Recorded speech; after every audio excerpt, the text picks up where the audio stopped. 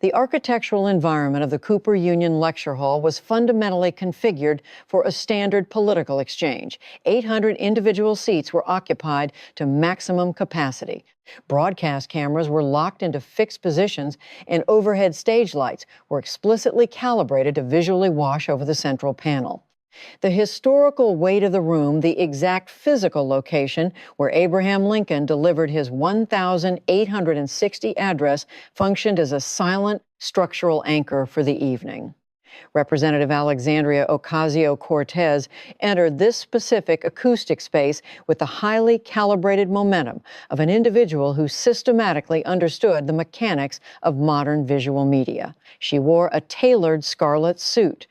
As she navigated the stage, her physical posture mathematically anticipated the exact angles of the broadcast lenses and the precise timing of the chandelier lighting. She initiated her opening sequence by deploying her personal biography. In the tactical architecture of modern political debate, a biography is rarely utilized as mere background information. It is structurally deployed as a defensive perimeter. She stated her demographic baseline, reminding the room that she was a woman of color and the daughter of a working-class single mother. She specifically noted her previous employment as a bartender at Flat's Fix, a commercial establishment located precisely 2 miles from the current podium. She utilized these specific biographical data points to establish a singular, exclusionary premise, that she was the only individual occupying the stage who possessed the empirical permission to speak on behalf of the American working class. The acoustic response from the audience was immediate. The applause from the assembled university students and academic faculty arrived at the exact millisecond her vocal cadence signaled it was required. The room had been thoroughly conditioned to process demographic biography as verified evidence and to accept rehearsed sarcasm as absolute moral authority. Ben Shapiro occupied the opposing seat on the panel. The visual and operational geometry of his presence was fundamentally distinct.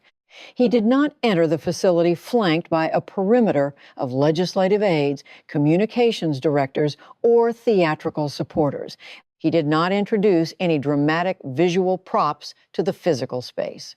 Resting on the flat wooden surface of the desk, directly in front of him, were exactly 4 items: a standard bottle of water, a leather-bound notebook, a pen, and a cellular device. The structural divergence between the two figures was completely established before a single piece of legislative policy was even articulated. The environment was not divided by competing political philosophies. It was divided by the mechanics of preparation. One individual had entered the lecture hall meticulously prepared to execute a highly polished, camera-ready performance of political virtue. The other individual had entered the room exclusively prepared to conduct a forensic, line-by-line audit of that exact performance. She did not stop at establishing her own biographical baseline. The opening statement was mechanically designed to stack rhetorical strikes fast enough that the audience would mistake acoustic momentum for factual substance. She directed her focus toward Shapiro, systematically attempting to frame him as an out-of-touch entity operating from a 6-figure podcast studio in Tennessee. She then targeted his geographic origin, mocking a 2-bedroom house in Burbank, California, as if it were a luxury estate. She transitioned into a commentary on his religious tradition, offering a highly stylized, condescending acknowledgement that functionally suggested his career was built in direct opposition to the concept of justice. Finally, she deployed the specific insults she had clearly rehearsed. She explicitly referenced his physical height.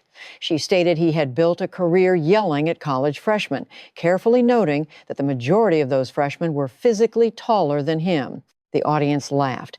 It was the distinct, sharp acoustic signature of a room, validating a cheap shot entirely because the target had not yet been permitted to answer.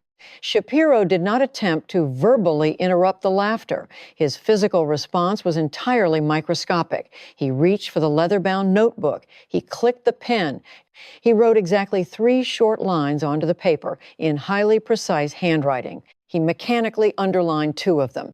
He allowed the room to sit completely undisturbed inside the awkward, expanding physical void between a public insult and an incoming consequence. The initial offensive sequence deployed by Representative Ocasio-Cortez was not designed to address federal policy, economic theory, or legislative voting records. It was structurally engineered to stack a series of highly specific personal insults at a velocity that would force the audience to mathematically mistake acoustic momentum for intellectual substance. She executed the attack in 4 distinct calculated phases. Phase 1 targeted his professional and economic classification. She explicitly framed Shapiro as a creature of conservative media, operating from a highly lucrative 6-figure podcast studio located in Tennessee.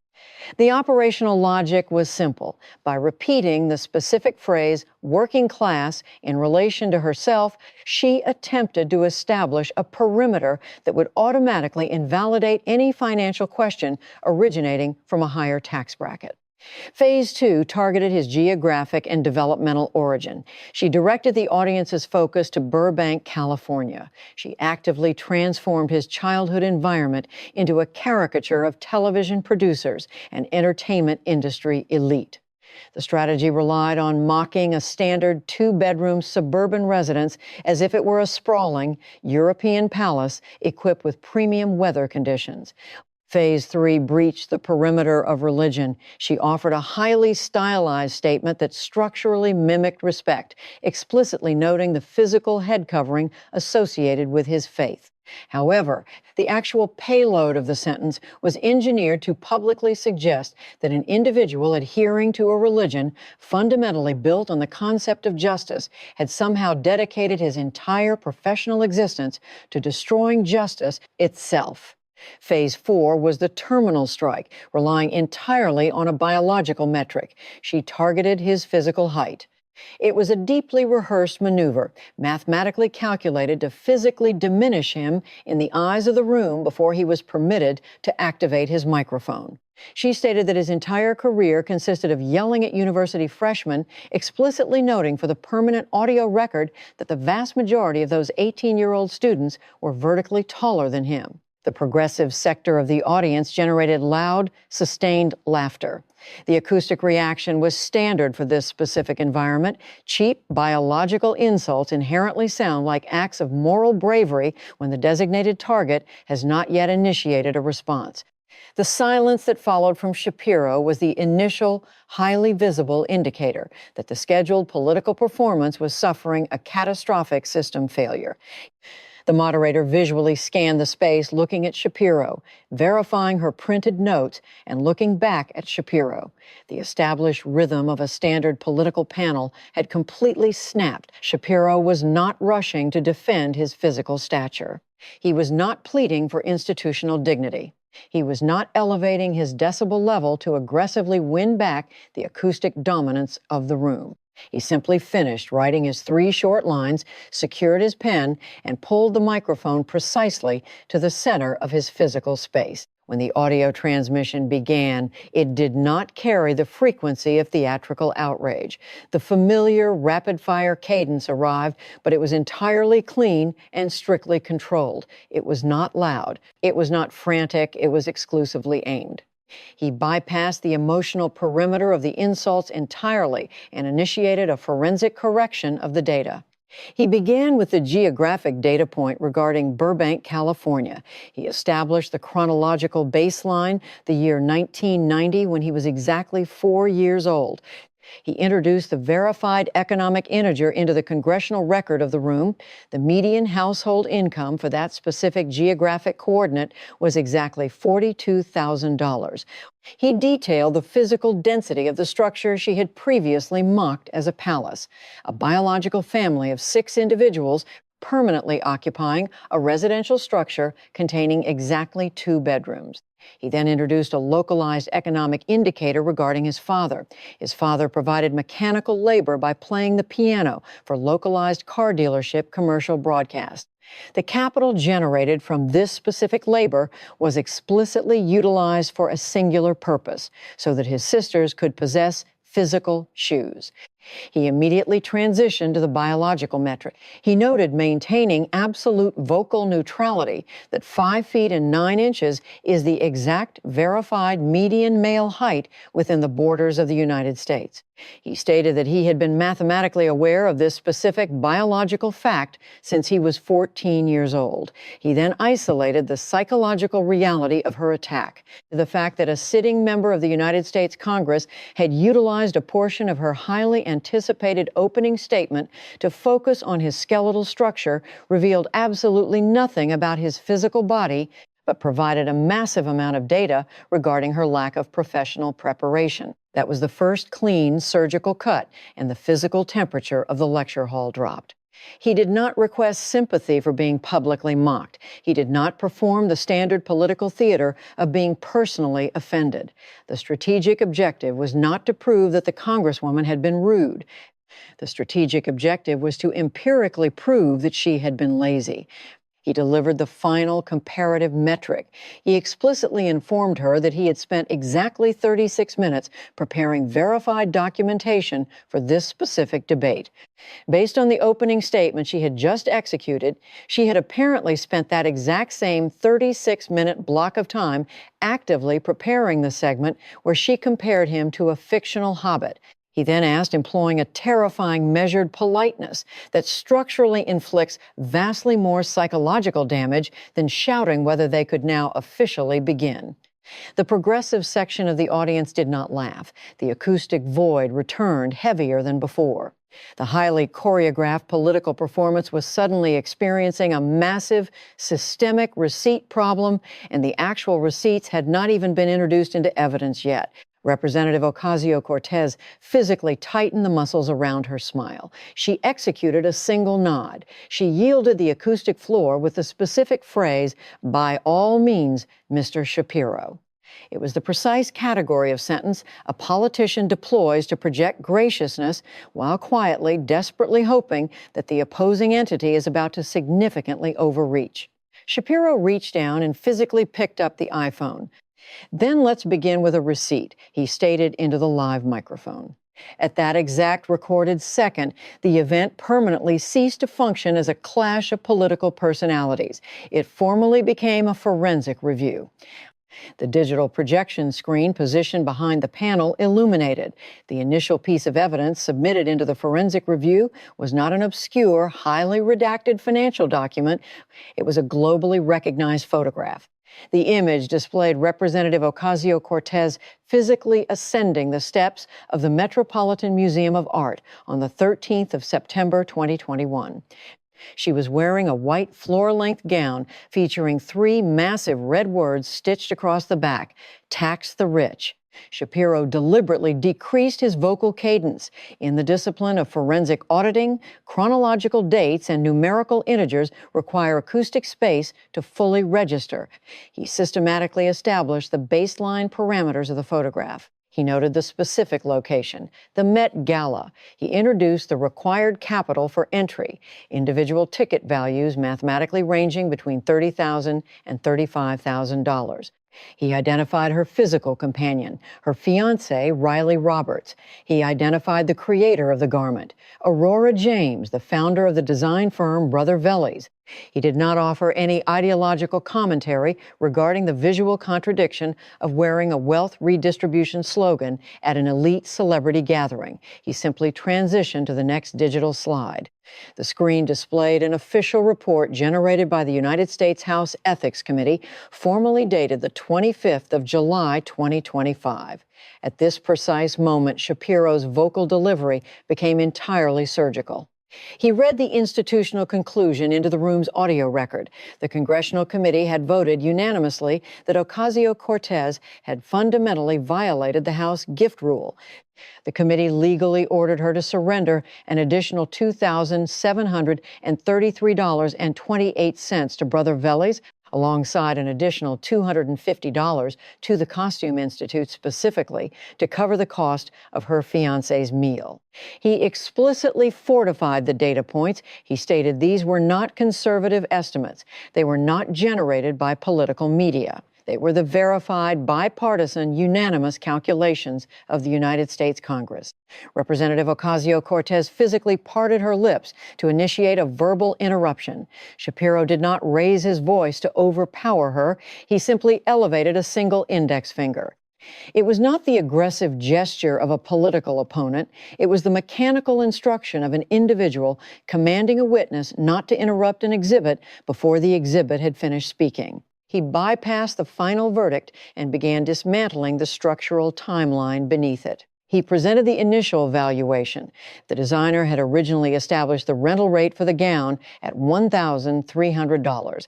An official staffer operating within Ocasio-Cortez's congressional office subsequently initiated contact with the designer to formally request a rate reduction.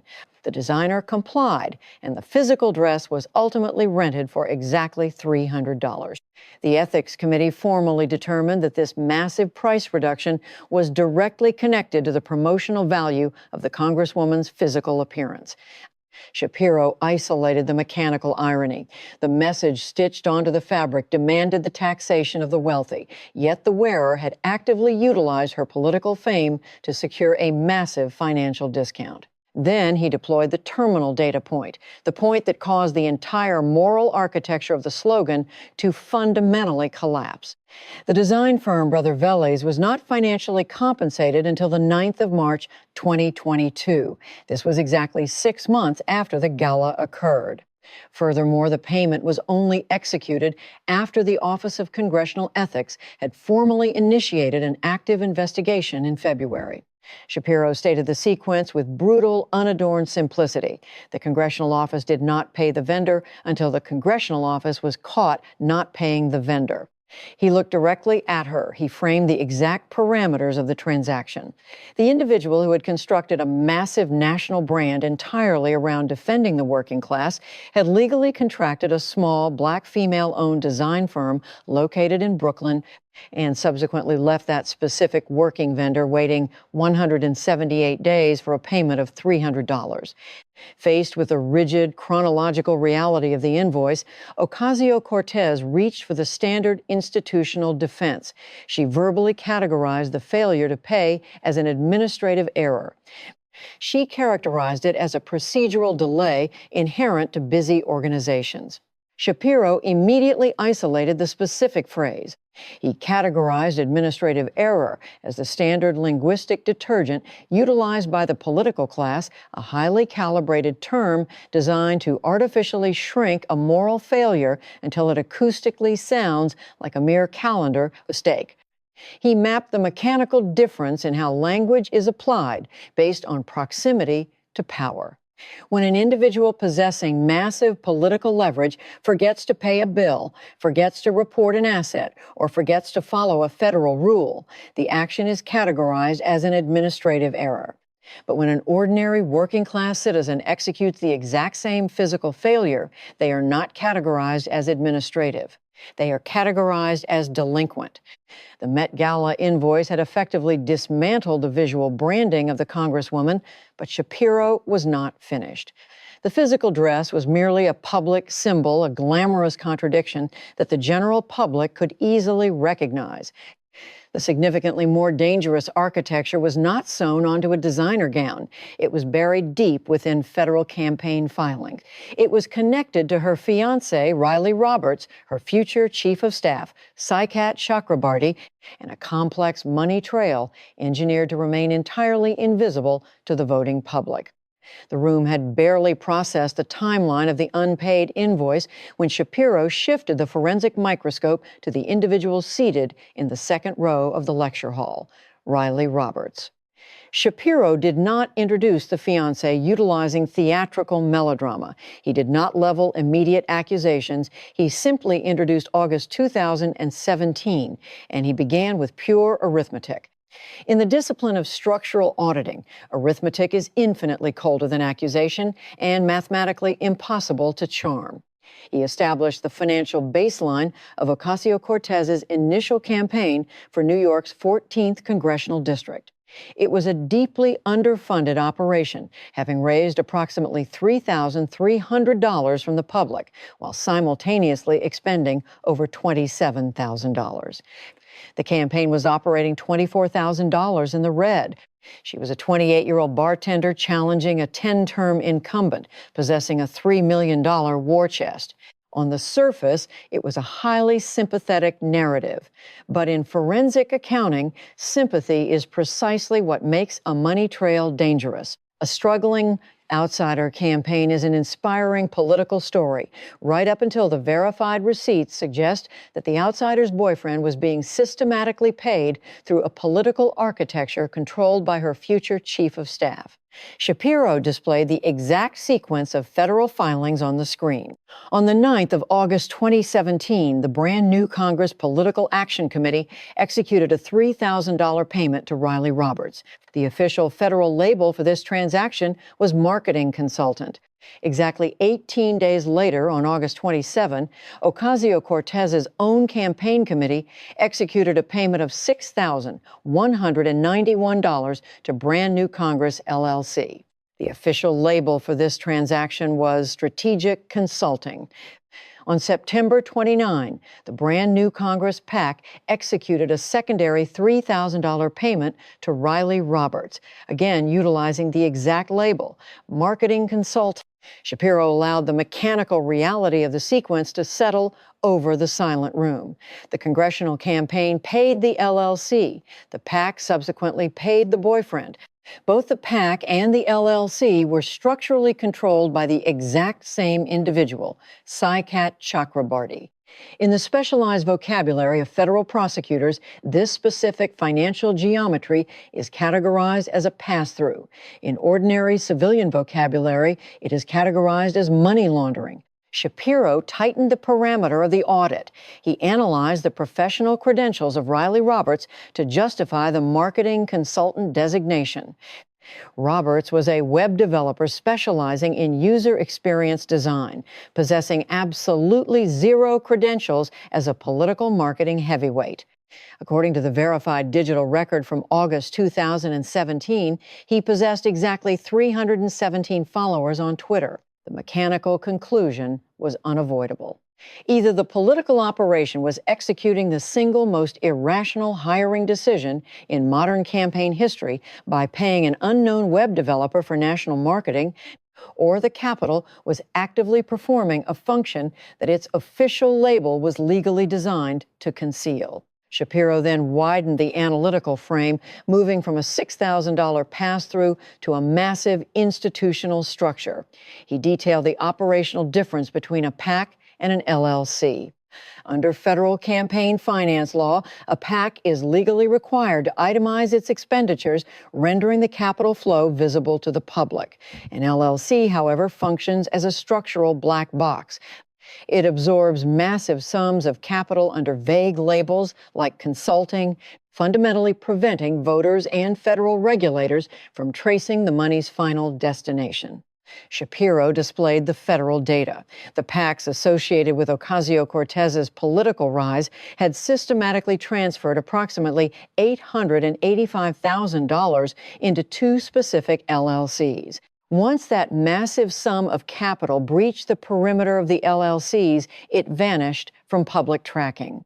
This was the exact epicenter of the political collapse. The individual who had built a massive national brand entirely upon the condemnation of dark money and hidden corporate influence was actively operating within a political machine that utilized untraceable black boxes. Shapiro cited the National Legal and Policy Center, which had formally categorized the arrangement as a blatant scheme to avoid transparency. He cited a former Federal Election Commission chairman who warned of potential criminal exposure. He did not need to act as a judge and declare a legal conviction. He simply transitioned to the final digital slide of the segment. It displayed the official Federal Election Commission docket regarding the complaint. The status on the screen read exactly one word: open. That single four-letter word inflicted vastly more structural damage than an hour of theatrical outrage. Open meant the investigation was not closed, it was not resolved, It meant that while her communications team could actively distribute defensive scripts to friendly media networks, the federal regulator's own docket was quietly telling the American public an entirely different story. In the crushing silence of the lecture hall, Ocasio-Cortez's entire moral brand was systematically stripped of its ideological costume. It no longer resembled a righteous crusade against political corruption. It mechanically resembled a glossy campaign poster intentionally hung over a locked filing cabinet. The structural dismantling of a modern political identity is rarely complete without the introduction of the candidate's own digital artifacts. Shapiro transitioned from the federal filing cabinet directly to the social media archive. He retrieved a specific, verified digital publication, a tweet authored by Representative Ocasio-Cortez, officially timestamped the 20th of January, 2019. He projected the text onto the screen. The language of the publication was sweeping, highly moralistic, and engineered for maximum digital velocity. In the text, she explicitly defined the influx of corporate money in politics as a corrupt cancer, categorizing it as the primary structural barrier blocking universal health care, environmental justice, and absolute economic equity. It was the exact category of generalized, righteous philosophy that had initially propelled her into the national consciousness. Shapiro did not attack the philosophical premise of the statement. He executed a maneuver that was vastly more lethal. He attacked the timestamp. He visually aligned the January 20 publication date directly adjacent to the formal filing date of the federal watchdog complaint regarding her campaign's financial architecture. The federal complaint detailing the mass diversion of hundreds of thousands of dollars into untraceable LLCs had been officially registered exactly 3 weeks prior. He mapped the chronological juxtaposition for the silent room. Exactly 21 days after an institutional watchdog alleged that her immediate political circle had systematically routed massive sums of dark money through black box entities controlled by her future chief of staff, she utilized her digital platform to publicly condemn the existence of dark money as a systemic cancer. Shapiro then established a strict binary logic gate. He presented the only 2 mathematical variables available to explain the chronological overlap. Variable A, the Congresswoman possessed absolutely zero operational knowledge regarding the financial architecture that was actively funding and engineering her own political rise. If variable A is true, her famous clarity is functionally exposed as absolute institutional incompetence. Variable B, the Congresswoman possessed full operational knowledge of the LLC structures and the pass-through payments and willfully published the moral condemnation of dark money anyway.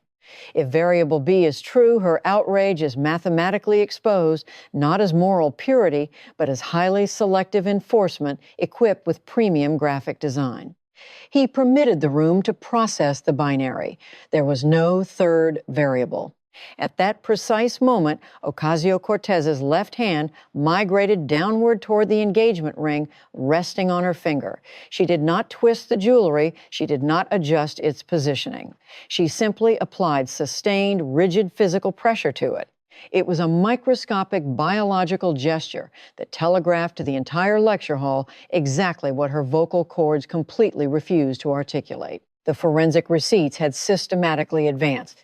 They initiated at a wardrobe malfunction, escalated to a boyfriend's consulting fee, expanded to a chief of staff shell company, and had now formally arrived at a federal regulatory docket.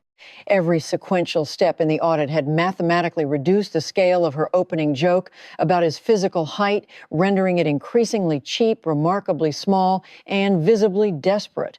By this exact minute, the event had permanently ceased to operate within the standard parameters of a political debate.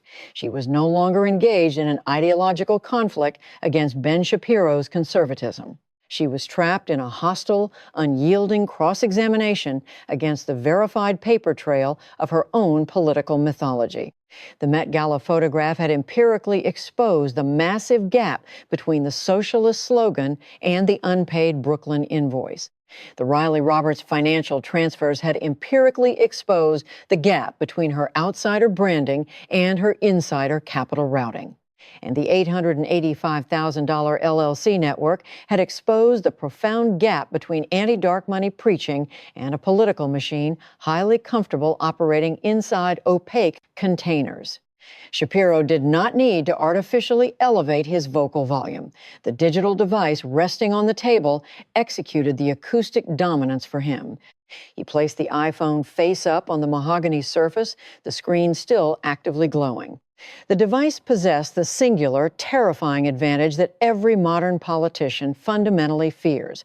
A piece of hardware containing verified data simply cannot be flattered, it cannot be socially intimidated, and it cannot be rhetorically redirected into a passionate, distracting speech about billionaires. The forensic audit had systematically dismantled the digital and financial architecture of the Congresswoman's political brand. But Shapiro was about to cross a final terminal threshold. He shifted the parameter of the debate out of the realm of federal campaign filings and directly into the biological reality of the individuals Ocasio-Cortez utilized as her primary moral currency. She had spent the initial 30 minutes of the evening extensively invoking the working-class mothers, union workers, and bartenders. Shapiro did not attempt to counter her ideology with abstract macroeconomic theory. He executed a maneuver infinitely more dangerous. He introduced 3 of those exact individuals directly into the physical space of the room. The moderator visibly hesitated as Shapiro formally requested permission to introduce 3 individuals already seated on the audience's left side. He systematically eliminated any procedural escape routes, confirming that the producers possessed the seating chart the day prior, that the individuals were fully vetted by the Borough Voices Coalition, and that none of them had received any financial compensation for their testimony. The abstract political concept of the people instantly evaporated, replaced by 3 highly inconvenient human beings. The subject of the audit transitioned to Amazon HQ2, a Long Island City infrastructure project that Ocasio-Cortez had aggressively and successfully campaigned to terminate. The first individual to stand was Rosa Delgado, a 41-year-old resident of Astoria, Queens. She did not speak with the polished cadence of a political pundit. She spoke exclusively in the mathematics of survival. She established her spatial reality. Her 2 daughters, ages 8 and 10, shared the single bedroom of their apartment, while Rosa permanently slept on a pull-out apparatus located in the kitchen. She introduced her financial baseline, a current annual salary of roughly $28,000. She then introduced the Amazon variable, a logistics certification that would have granted her access to a starting salary of $55,000. To achieve that specific metric, she had invested exactly $2,400 on a high-interest credit card to acquire a workforce development certificate from LaGuardia Community College. Rosa pinpointed the exact chronological timestamp of the system failure, the 14th of February, 2019. She was physically sitting at her kitchen table executing homework with her daughters when the television broadcast Ocasio-Cortez actively smiling and celebrating the total collapse of the Amazon deal. The working mother realized in real time that her 14-month, $2,400 investment had just been mathematically erased strictly to provide the Congresswoman with a victorious press conference. The second individual was Marcus Chen, a 34-year-old journeyman electrician's apprentice. He did not offer emotional commentary. He offered union math. He stated that IBEW Local 3 had secured exactly 800 jobs on the Amazon build. These were American union positions, contractually locked at approximately $85 an hour, equipped with full medical benefits. He stated that his own father had previously cast a ballot for Ocasio-Cortez, believing she possessed a mandate to protect union labor. He then confirmed for the permanent record that following the Amazon collapse, his father, his uncle, and the majority of his union hall had systematically severed all ties with the Democratic Party. He did not blame conservative media or right-wing propaganda. He looked directly at the Congresswoman and stated that she had personally engineered that exact outcome. The third individual was Kareem Williams, a 38-year-old Iraq War veteran who had completed 2 combat tours, including deployment in Mosul. Possessing a highly specialized military logistics background, he was actively negotiating with Amazon for a warehouse management position. The starting integer was $68,000, with an established corporate trajectory reaching $120,000 within 5 years.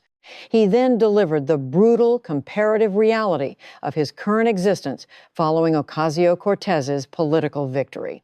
After the Amazon deal was successfully terminated, he had spent a recent shift driving a rideshare vehicle for 14 consecutive hours.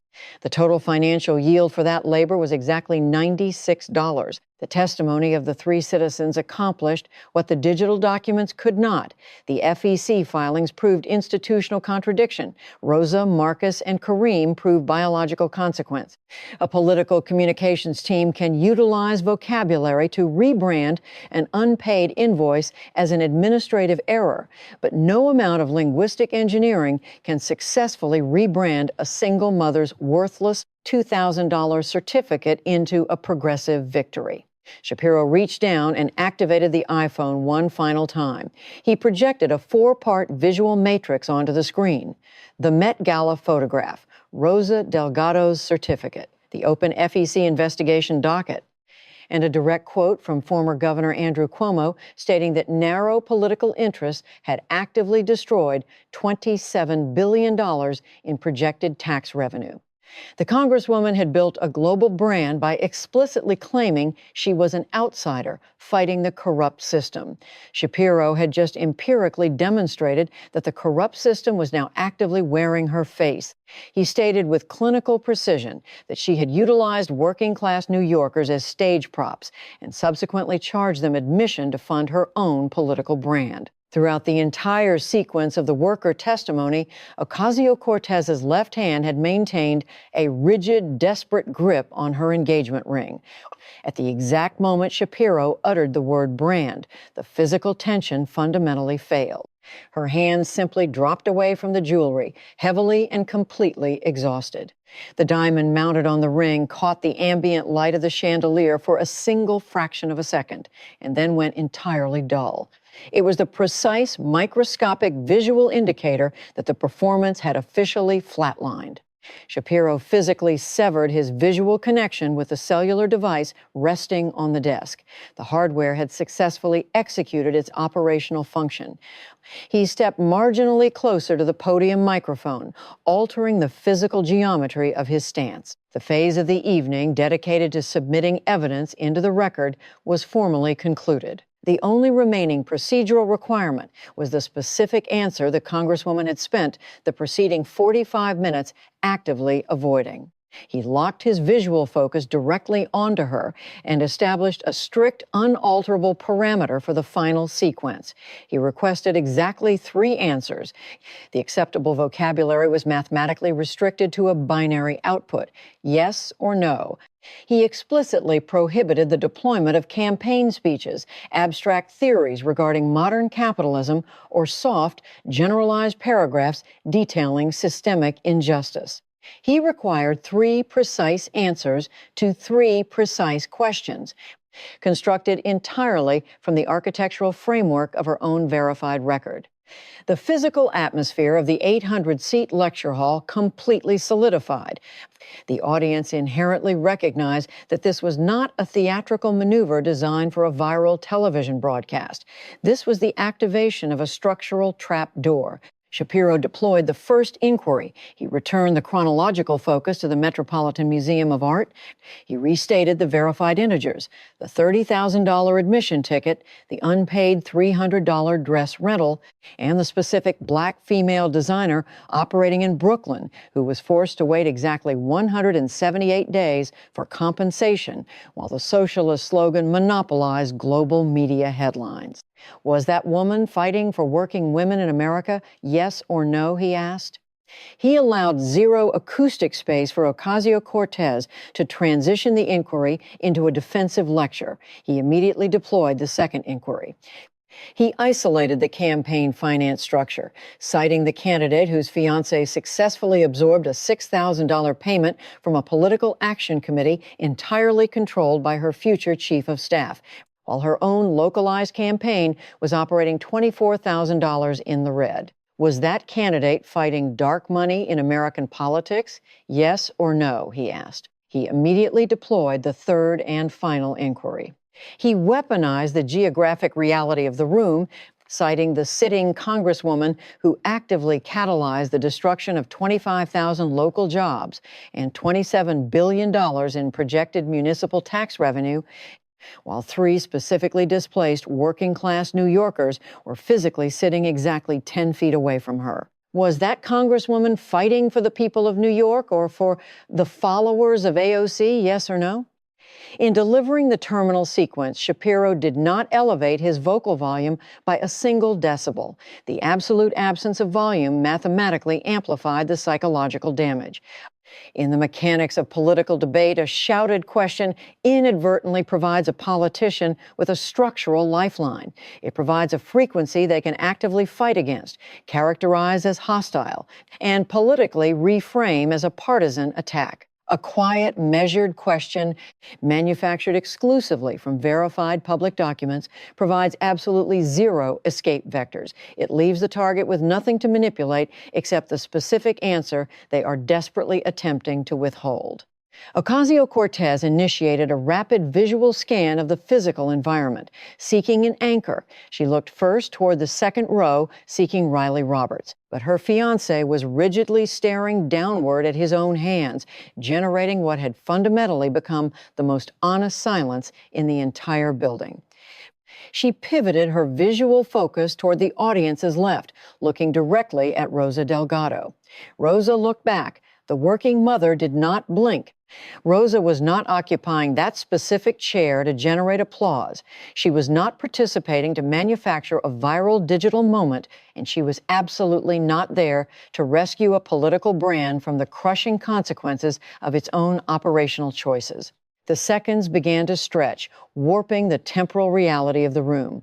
Within that expanding silence, the entire architectural sequence of the evening violently reversed itself. The scarlet pantsuit, the initial height insult, the geographic sneer regarding Burbank, the highly engineered applause from the academic faculty, and the supreme confidence of a political entity who fundamentally believed she owned the acoustic space before the first receipt was ever projected. It all systematically dissolved under the crushing weight of the Met Gala photograph, the House Ethics Report, the Brother Vellies invoice, the unpaid LLC structures, the open federal regulatory docket, and the 3 working-class human beings who had walked onto the stage like reality, arriving late but heavily armed. At the exact arrival of the 9th second, the biological necessity to produce audio finally overwhelmed her. Ocasio-Cortez opened her mouth and attempted to state that the framing of the inquiry was fundamentally flawed. It is the exact mechanical vocabulary deployable by any politician when a verified fact pattern successfully eliminates every elegant exit. Shapiro engaged the microphone and stopped her. He executed the interruption gently, maintaining the terrifying quietness of his baseline cadence. He physically brought the parameter back to the only 2 words that remained relevant: yes or no, Congresswoman. The 10th second passed, then the 11th. She produced absolutely zero audio. That specific 11-second void was not a standard conversational pause. It was not a temporary failure to locate vocabulary. It was not a standard debate miscalculation that a crisis communications team could surgically clean up with a midnight press release and highly compliant media coverage. It was the exact acoustic sound of a highly engineered political identity violently colliding with 3 real human beings it had explicitly claimed to represent. It was the sound of a movement discovering in real time that progressive slogans are mathematically incapable of answering mothers, union electricians, or combat veterans when the evaporated paycheck possesses a verifiable name. Shapiro executed a single mechanical nod. He physically turned his body toward the moderator, formally yielding the remainder of his allocated time to the 3 working-class witnesses from Long Island City. He sat down. He placed the iPhone face down onto the mahogany desk, severing the visual glow of the screen. He folded his hands together and simply allowed the 800 individuals in the room to sit submerged in the verified evidence, actively refusing to dilute the structural damage with one final theatrical sentence. That specific physical restraint was vicious. It systematically denied Ocasio-Cortez the psychological relief of a final defensive argument. It permanently stranded her inside the exact silence she had engineered for herself. The moderator engaged her microphone and formally announced that the evening's debate would close without a formal resolution. It was a statement that was procedurally true but structurally absurd. The 800 people occupying the room had already delivered an absolute, unalterable verdict, entirely without the requirement of a ballot. The acoustic void that consumed the lecture hall following the 11-second silence did not extend to the operational backstage. Beyond the perimeter of the broadcast cameras, Ocasio-Cortez's communications director was already physically engaging a cellular device, actively drafting the institutional response before the stage lights had even cooled. The vocabulary being engineered for the press release was entirely predictable to any individual familiar with the mechanical defense systems of Washington. The drafted text heavily utilized the standard predetermined lexicon: right-wing, partisan, manufactured, bad faith, and smear. It was the exact emergency kit systematically pulled from the organizational drawer the precise moment a politician's verified receipts begin speaking in complete, unalterable sentences. The drafted statement structurally contained ample space for all the traditional protective adjectives. However, it contained absolutely zero spatial capacity for specific nouns. There was no mention of a Met Gala dress. There was no mention of a fiancé's consulting fee. There was no mention of untraceable LLCs, no mention of 25,000 evaporated jobs, and absolutely no mention of Rosa Delgado. That specific omission was not an accidental oversight. It was the core algorithm of the strategy. If a political apparatus cannot empirically defeat a verified receipt, the only remaining protocol is to systematically starve it of oxygen. Inside the hall, the physical architecture of the panel was dismantling. The academic panelists began mechanically closing their laptops, exhibiting the stiff biological discomfort of individuals who had arrived anticipating a predictable ideological exchange and instead found themselves physically trapped inside a highly aggressive public audit. 3 of the seated professors deliberately avoided establishing any visual contact with Ocasio-Cortez. In a room explicitly populated by professional communicators, that specific visual avoidance functioned as the loudest acoustic confession of the evening. One economics professor physically stood, exited the stage, and permanently severed his participation, executing a maneuver that communicated vastly more structural damage than any subsequent cable television analysis could achieve.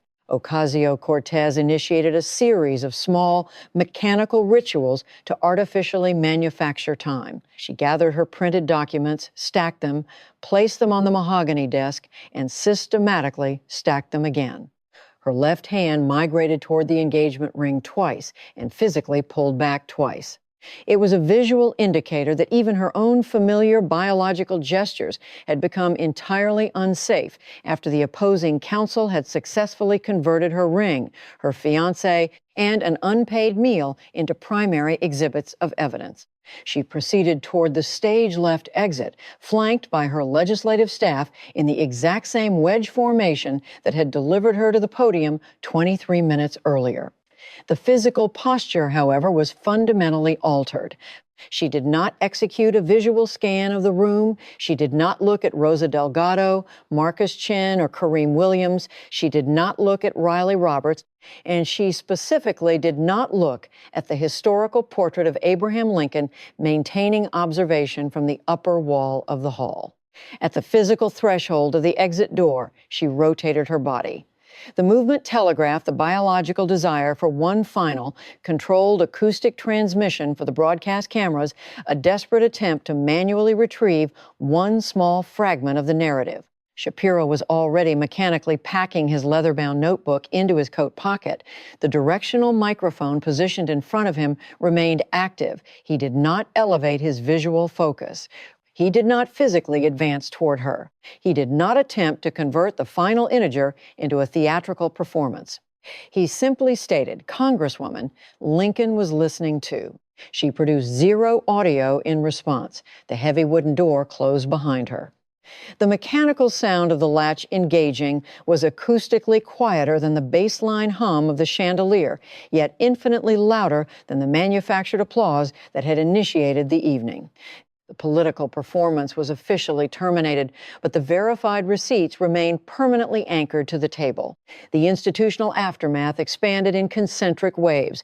The digital explosion occurred first, with the broadcast footage violently sliced into 30-second clips. The specific video parameter capturing Rosa Delgado elevating her worthless workforce certificate traveled through the global network faster than any highly capitalized campaign advertisement. The viral velocity was driven by a fundamental sociological reality. Absolutely nothing spreads faster than the image of a working mother holding the physical paper she earned for a career path that her own political representative actively erased. Shapiro systematically declined all subsequent media interview requests. That specific refusal functioned as the final psychological strike. It structurally prevented the evening from being categorized as a partisan victory lap, rendering it exclusively as a completed, sealed case file. He exited the Cooper Union facility through a secondary door, secured a late-night flight to Los Angeles, and executed the drive back to the exact geographic coordinates of Burbank, California. He returned directly to the two-bedroom reality that the Congresswoman had aggressively attempted to convert into a comedic punchline before the arithmetic corrected her. His father was physically seated at the upright Yamaha piano. It was the exact category of humble domestic detail that only registers as insignificant to individuals who have never empirically understood the mechanics of how working families actually construct a life. The individual from Burbank had not dismantled her utilizing vocal volume, theatrical cruelty, or manufactured rage. He had systematically dismantled her utilizing the singular weapon that every political brand fundamentally fears most, the verified mathematics it desperately hoped nobody would ever read. That is the terminal, structural conclusion of the audit. The United States Constitution does not function as a fashion costume. The American working class does not function as a digital hashtag. Justice does not operate as a brand identity.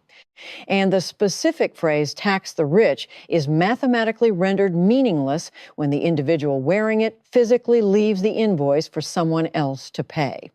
A political movement possesses the structural capacity to survive ideological disagreement, institutional criticism, aggressive attack advertisements, hostile media panels, and highly contentious debates.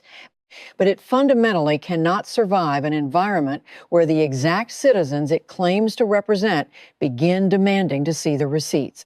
Rosa Delgado executed her demand utilizing a workforce certificate. Marcus Chen executed his demand utilizing a union card. Kareem Williams executed his demand utilizing the memory of an evaporated career trajectory. And Ben Shapiro executed his demand utilizing a cellular phone. Alexandria Ocasio-Cortez entered the Cooper Union Lecture Hall, fully prepared to make a physically small man smaller. She exited the facility having permanently learned the most brutal law of forensic accounting. The most dangerous entity in any given room is rarely the tallest, the loudest, or the most heavily celebrated. Sometimes it is simply the individual who took the time to read the invoice.